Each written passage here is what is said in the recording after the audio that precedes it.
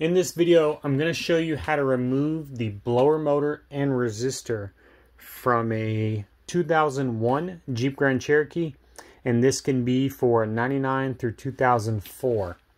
Here's a bottom view since I have the HVAC box out, but it's pretty easy. You've got 3 screws for the blower motor, which are either an 8 or a Phillips, and that comes right out. Just unplug this connector here, which goes like that, and that connector goes to the resistor.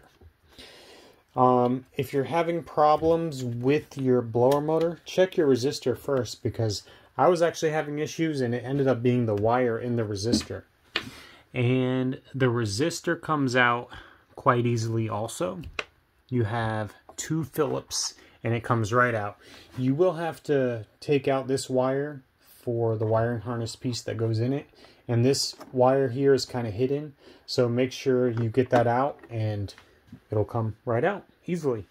I hope this video helped you. Thanks for watching. Please subscribe. Have a good one.